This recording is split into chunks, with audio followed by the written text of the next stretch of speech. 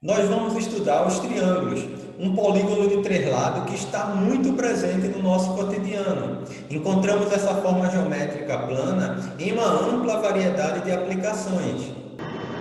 A forma triangular pode ser vista em insertos de metal duro, que são ferramentas de corte utilizadas em processos de fabricação por usinagem, tais como torneamento, fresamento. Também podemos encontrar essa forma triangular em roscas de parafusos e porcas, também muito utilizado na decomposição de forças em problemas de equilíbrio. Lá no curso de estática, utilizamos muitos triângulos. Utilizamos também para determinar a resultante das forças em uma engrenagem, por exemplo.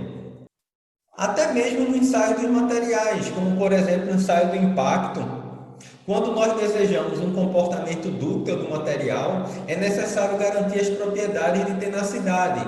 Então, essas propriedades são medidas por ensaios que tentam simular as solicitações críticas. No ensaio Charpy mostrado, o corpo de prova possui um entalhe em V, um formato triangular na face. Esse entalhe ele atua como um concentrador de tensão e o ensaio é realizado em baixas temperaturas. O corpo de prova recebe o impacto através de um martelo que cai pela ação da gravidade e se choca na face oposta ao entalhe. A energia cinética no ponto de impacto é um valor conhecido. Na aula de hoje, vamos estudar os conceitos básicos, classificação e aplicação dos triângulos. Olá, pessoal! Então, temos aqui um triângulo de vértices A, B e C. Observe que nós representamos esses vértices com letras maiúsculas. Os ângulos alfa, beta e gama nós representamos por letras gregas normalmente.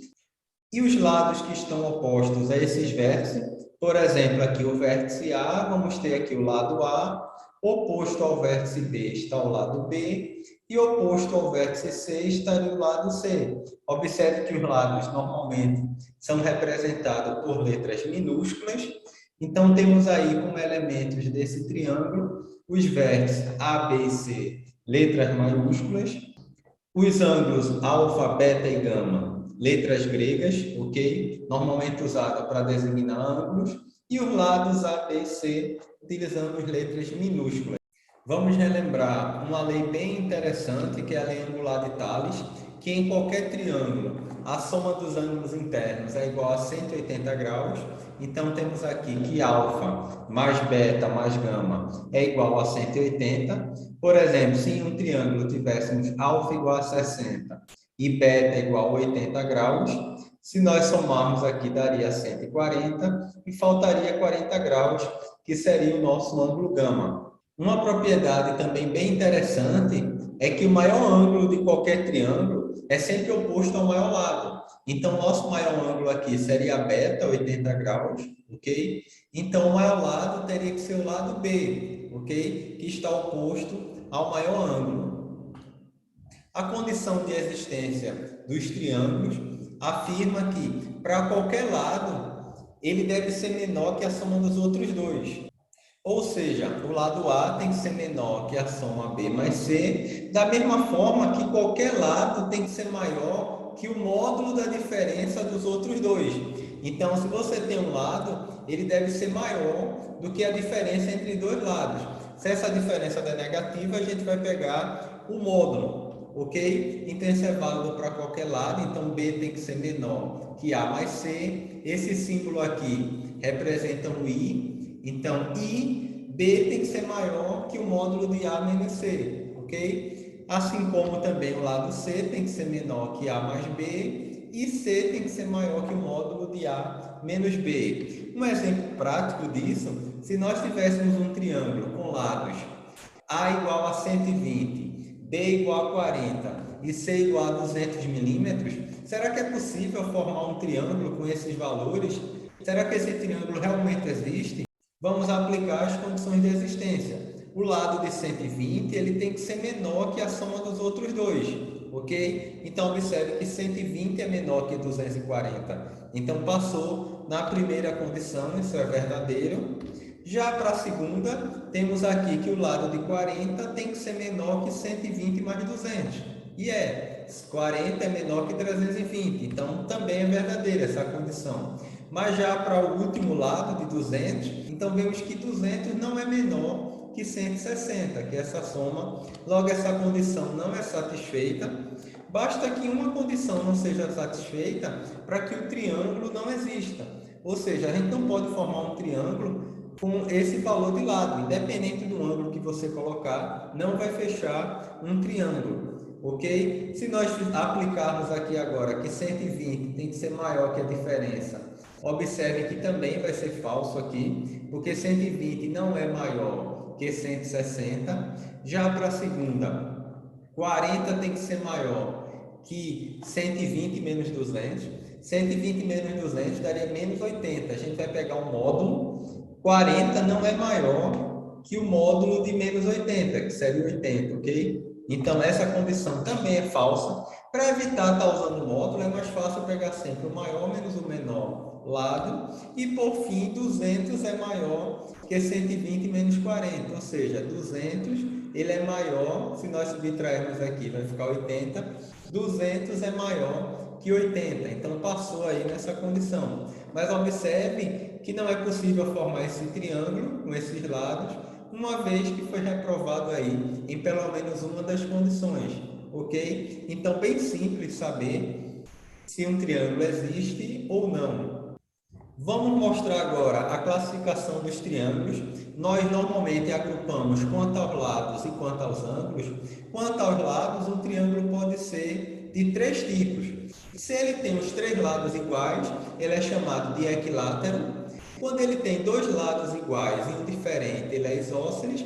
E por fim, se todos os lados são diferentes, esse triângulo ele é escaleno, ok? Como é mostrado aqui na definição para cada caso. Mas esse mesmo triângulo, além de ser classificado quanto aos lados, nós podemos olhar ele com a classificação quanto aos ângulos.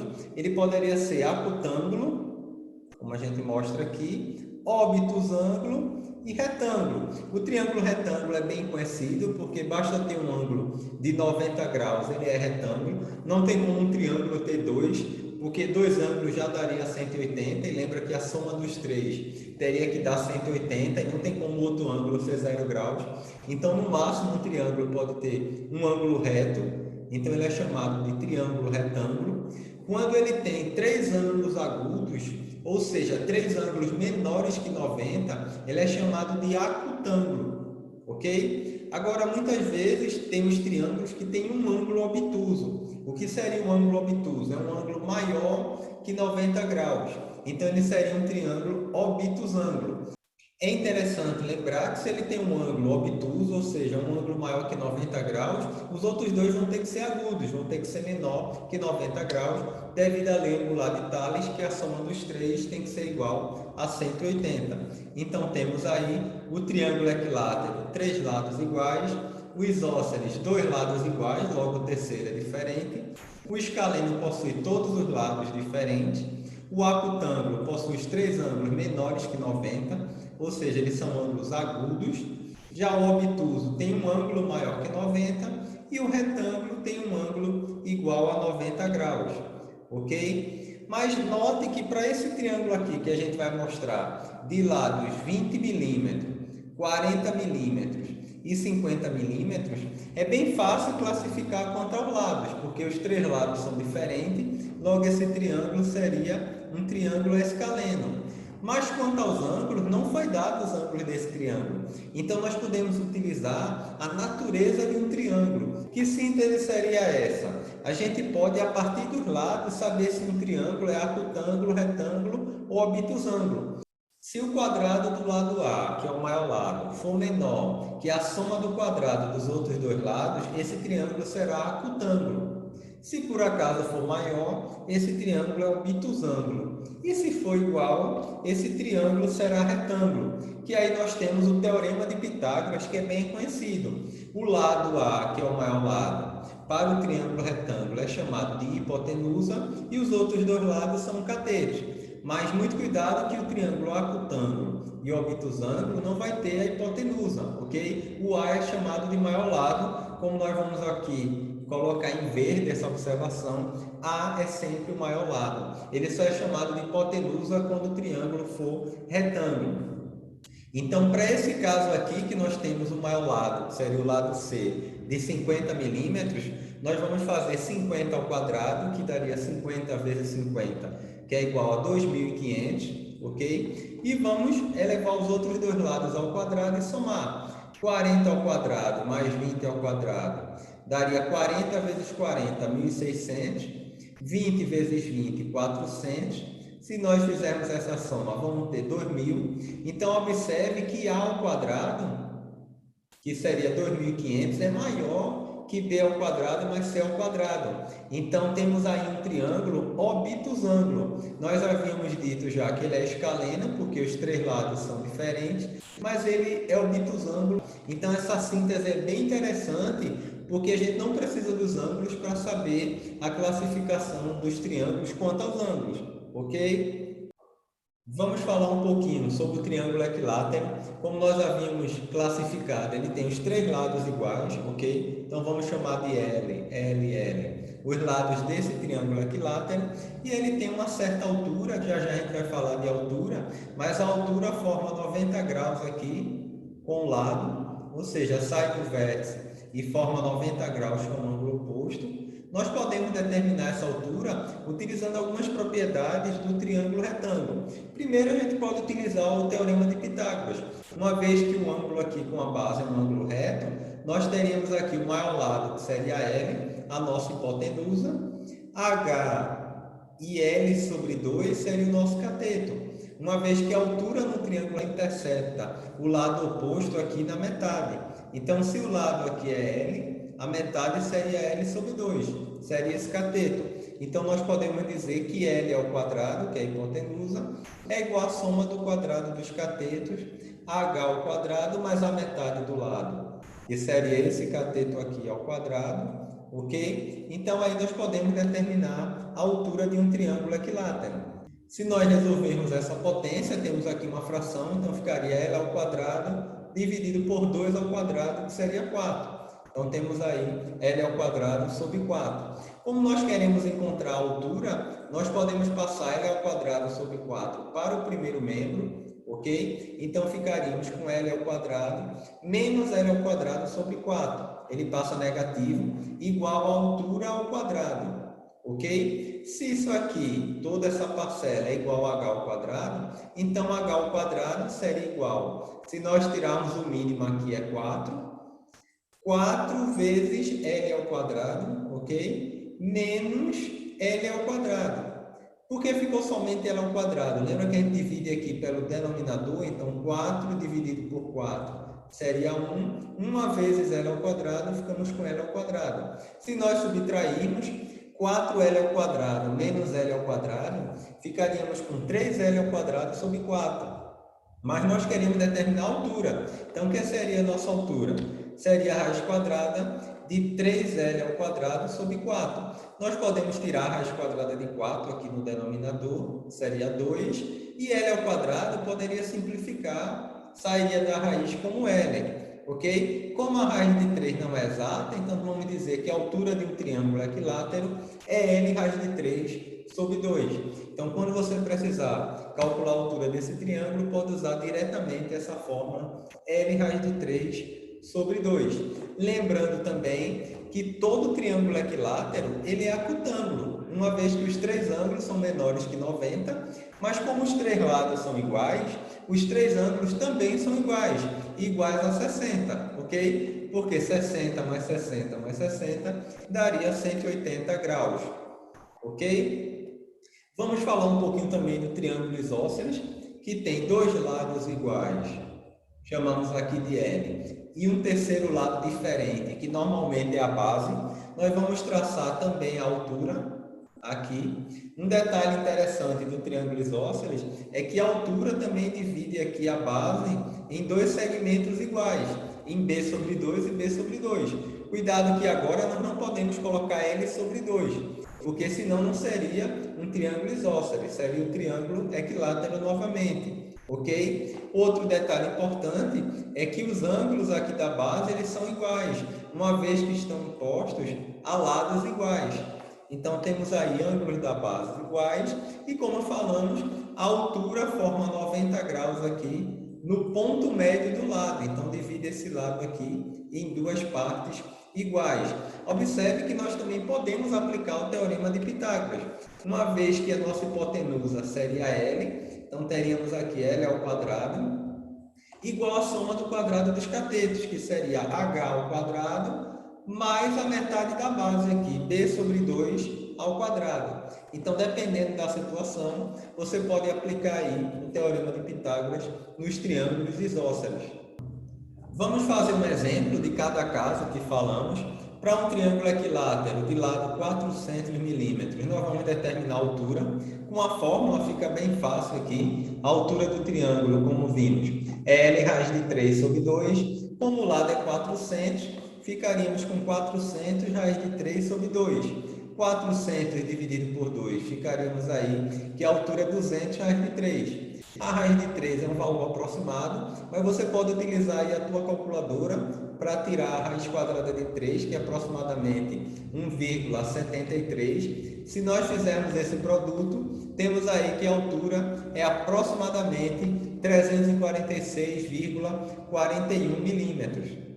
Um detalhe interessante quanto ao uso da calculadora é que se nós multiplicássemos 200 vezes 1,73, iríamos obter 346, exatamente. Mas quando você faz diretamente na calculadora, a raiz de 3 ela é um número irracional e multiplica por 200, vai dar aproximadamente 346,41 milímetros. Então é bem mais interessante você colocar todas as casas decimais, aproveitar aí a tua calculadora, ok? Uma vez que na vida real, em problemas reais, nem sempre vai dar números exatos, ok? Já para o triângulo isósceles, imagine que o lado é 90 centímetros e a base desse triângulo é 70 centímetros. Se nós quisermos determinar a sua altura, como vimos, podemos utilizar o teorema de Pitágoras também. Como o lado é 90, ficamos aqui com 90 ao quadrado igual a h ao quadrado, que é o que nós queremos, mais b sobre 2 ao quadrado. Como b é 70, b sobre 2 seria 35. Então, ficamos aí com 35 ao quadrado, que é a metade de 70, então b sobre 2, 35 ao quadrado. 90 ao quadrado seria 90 vezes 90, 9 vezes 9, 81, então ficamos aí com 8.100 igual a h ao quadrado mais 35 vezes 35, que daria 1.225.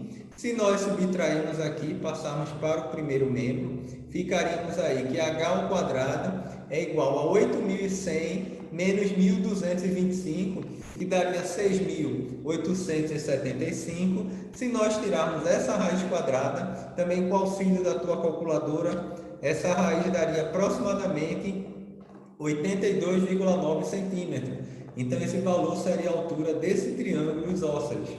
Iremos falar rapidamente dos elementos notáveis de um triângulo. Então, são 4 elementos notáveis, 4 pontos bem interessantes que a gente vai comentar. Observe aqui que nesse triângulo, de cada vértice, tanto do A, do B e do C, tem saído a reta para o lado oposto e tem dividido o lado oposto em 2 segmentos iguais, ok? Essa reta aqui que sai do vértice e liga o lado oposto, dividindo ele em 2 partes iguais, é chamada de mediana. Observe que nós traçamos aqui 3 medianas, ok? Essas medianas se interceptam num ponto que nós chamamos aqui de ponto G, que é conhecido como baricentro de um triângulo, ok? Então, o encontro dessas 3 medianas é chamado de baricentro. Para efeito de cálculo, calcular alguns lados ou elementos do triângulo, a altura é muito importante. Temos aqui um triângulo, onde é mostrado 3 alturas, H1, H2, H3. Normalmente a gente está acostumado a pensar que o triângulo tem apenas uma altura relativa à base, aqui AC. Mas observem que o triângulo ele tem 3 bases, logo ele tem 3 alturas. Em relação ao lado AC, nós temos aqui a altura H2. Mas em relação ao lado, por exemplo, BC, nós teremos aqui a altura H3. Ao lado AB, nós teremos a altura H1.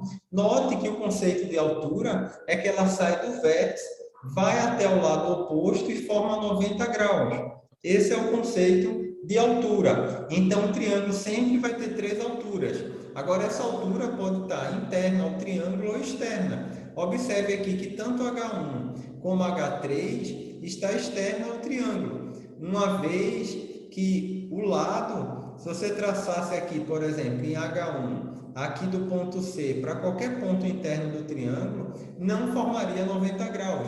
Então, a altura ela não precisa coincidir no ponto médio como a mediana, mas ela precisa, no lado oposto, formar 90 graus. Ou o lado oposto, ou o prolongamento desse lado, que é o que a gente tem aqui. Por exemplo, H1, o lado oposto seria B, mas H1 não formaria aqui com esse lado 90 graus. Então, a gente prolonga um pouquinho o lado AB. Se a gente prolongar aqui AB, observe que agora H1 forma 90 graus nesse ponto. Então, aqui estaria a altura desse triângulo, a altura 1. O encontro das alturas é chamada de ortocentro, normalmente representado pela letra O. Então, O aqui é o ortocentro, é o encontro das três alturas do triângulo. Ele pode ser interno ao triângulo ou externo. Um outro elemento bem interessante dos triângulos é o incentro, aqui representado pela letra I, ok? Observe aqui que agora está saindo a reta do vértice do triângulo, indo para o lado oposto, mas não necessariamente está formando 90 graus, nem dividindo na metade. O que a gente está dividindo agora é o ângulo, ok? Então, a gente está dividindo agora um ângulo em dois ângulos iguais. Esse conceito a gente chama de bissetriz. A bissetriz de um ângulo divide esse ângulo na metade.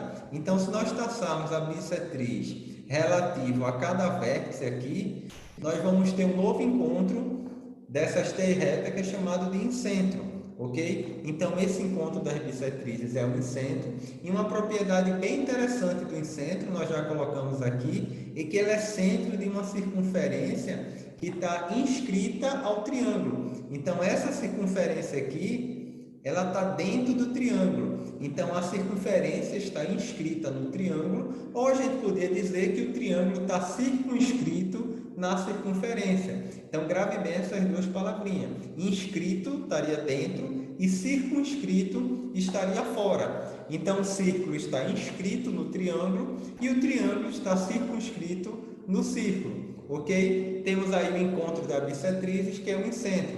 Então, qualquer triângulo, a gente pode traçar aqui uma circunferência interna a ele. E, por fim, a gente pode traçar também, qualquer triângulo, o circuncentro. Ou seja, o centro de uma circunferência circunscrita ao triângulo. Observe agora que a circunferência está por fora. Então, essa circunferência é circunscrita ao triângulo. E o triângulo está inscrito na circunferência. Observe que nos três casos anteriores, tanto na mediana como na altura e na bissetriz, a gente saía do vértice e até o lado oposto, o prolongamento do lado. A essa reta a gente chama de serviana. Aqui a gente não está saindo do vértice, a gente está na metade do lado do triângulo. Se você traçar um ponto aqui na metade do lado do triângulo e traçar uma reta formando 90 graus com cada lado, essa reta ela é chamada de mediatriz. O que seria a mediatriz? Ela passa na metade do lado e forma 90 graus.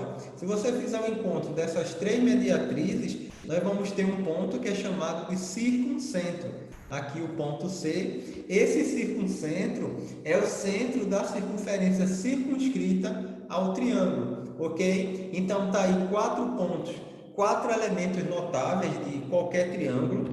Observe como uma aplicação do baricentro, por exemplo, que é o encontro das medianas. O baricentro ele também é conhecido como centro de massa. Vocês vão estudar o centro de gravidade também em disciplinas chamadas de estática ou mecânica técnica, quando é no curso técnico. O baricentro, também conhecido como centro de massa, ele é muito utilizado no dimensionamento de estrutura sujeita à flexão, como vigas, pontos rolantes e eixos. Vocês vão fazer aplicações desse centro de massa, também chamado de centro de gravidade, muitas vezes. Lá na disciplina de resistência dos materiais, temos aqui a figura que mostra uma ponte rolante. Aqui essa ponte rolante, ela é magnética, ela consegue levantar peças metálicas através do magnetismo. Essa estrutura metálica é bem interessante em termos de centro de gravidade, porque uma ponte rolante é uma máquina de elevação e transporte de carga. Você consegue aqui magnetizar e levantar cargas e transportar, tanto no sentido longitudinal como no sentido transversal, ok? Ela possibilita o deslocamento de grandes massas, reduzindo o esforço humano. Então, imagine que o homem conseguir levantar toneladas sem o auxílio de um equipamento desse de elevação e transporte. Então, está aí uma aplicação bem interessante, uma vez que para fazer o seu projeto de dimensionamento, a gente precisa levar em consideração o centro de massa. Chegou o nosso ponto da aula, que a gente vai mostrar várias aplicações aí de triângulo, algumas delas nós já falamos lá no início, mas vamos reforçar aqui, para que você veja que triângulo é muito usado aí na mecânica.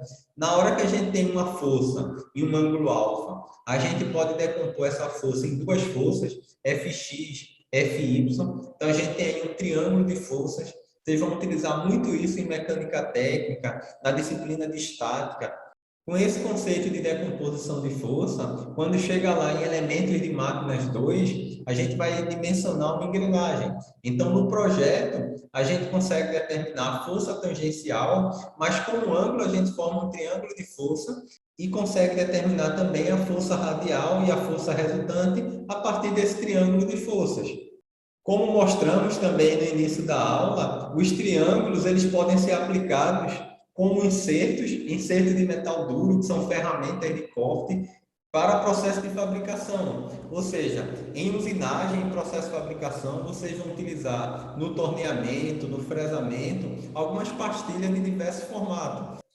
Eu separei um trecho da aula do professor Clóvis e Tiago, numa disciplina chamada Tecnologia da Usinagem. Está aí um trecho da aula 40, onde temos aí um torneamento cilíndrico. Observe que temos uma pastilha triangular fazendo despaste. Então, vocês vão ter uma disciplina lá na oficina mecânica, laboratório de tornearia. Vocês vão ter a oportunidade de tornear, tanto num torno convencional, como posteriormente em um torno CNC, um comando numérico computadorizado. Um detalhe também interessante é que esses materiais utilizados nos insertos, ele apresenta altíssima dureza e resistência ao desgaste. Ou seja, você vai estar pegando material para usinar outro. Outra aplicação também do triângulo, está aqui bem conhecido da gente, os parafusos e a porca, que tem lá uma rosca. Notem que a rosca é formada por vários filetes em torno de uma superfície. As roscas triangulares, elas possuem ângulo de filete igual a 60 graus, quando elas são métricas, ou 55 graus, quando são Whitworth, e podem ser grossas ou normais, ou finas, dependendo do passo. Para quem não estudou, o passo é a distância entre dois filetes consecutivos da rosca. Ele é medido na direção axial, ok? Também aqui do lado eu coloquei um calibrador de rosca triangular. Ele tem um formato de um pente com várias lâminas que são utilizadas para identificar o passo. Então, tem passo de 1,5, no caso um passo médio, 1,5, 2. Então, com esse verificador de rosca, você consegue saber qual o valor do passo. Observe também que umas aplicações de triângulo, a gente vai ver áreas na próxima aula, mas em geometria espacial na pirâmide, aqui temos uma pirâmide triangular, então ela tem face, que são triângulos, então na hora de calcular o volume, calcular a área, você precisa conhecer bem os triângulos. A cunha, por exemplo, mostrada aqui, é uma ferramenta muito antiga, que ela é utilizada para calçar e nivelar peças. Normalmente é fabricada de metal e pode ser empregada até para fender peças, como um tronco de madeira, por exemplo. Então, tem aí uma outra aplicação de triângulo. E, por fim, nós falamos no início da aula o ensaio Charpy, ok? Porque a tenacidade ela pode ser determinada em condições de carregamento dinâmico, que seria o ensaio de impacto, seria esse ensaio Charpy. Quando a gente deseja um comportamento dúctil de um material, é necessário garantir a propriedade da tenacidade. Vocês vão estudar isso lá em Ciência dos Materiais. No ensaio Charpy, o corpo de prova ele possui entalhe em V, que é um formato triangular na face, que atua como concentrador de tensão. Observe aqui que nós temos um corpo de prova, temos aqui um martelo que vai ser solto e vai bater aqui, e a gente vai avaliar a tenacidade, ok, desse material.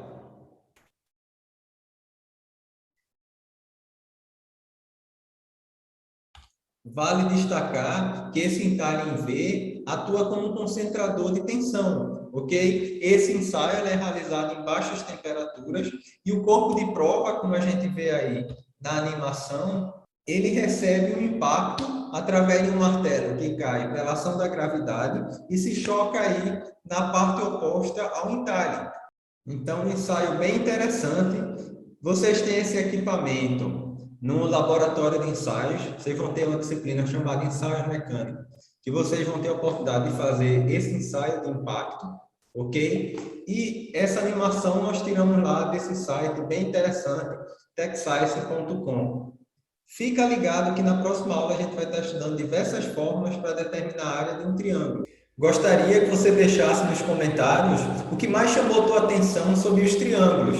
Aproveite e deixe uma aplicação ou curiosidade sobre este assunto. Eu vou encerrar citando o livro de Mateus 13, do 45 ao 46, que diz: o reino dos céus também é como um negociante que procura pérolas preciosas. Encontrando uma pérola de grande valor, foi e vendeu tudo que tinha e a comprou. Selá. Forte abraço, fiquem com Deus e até nossa próxima aula.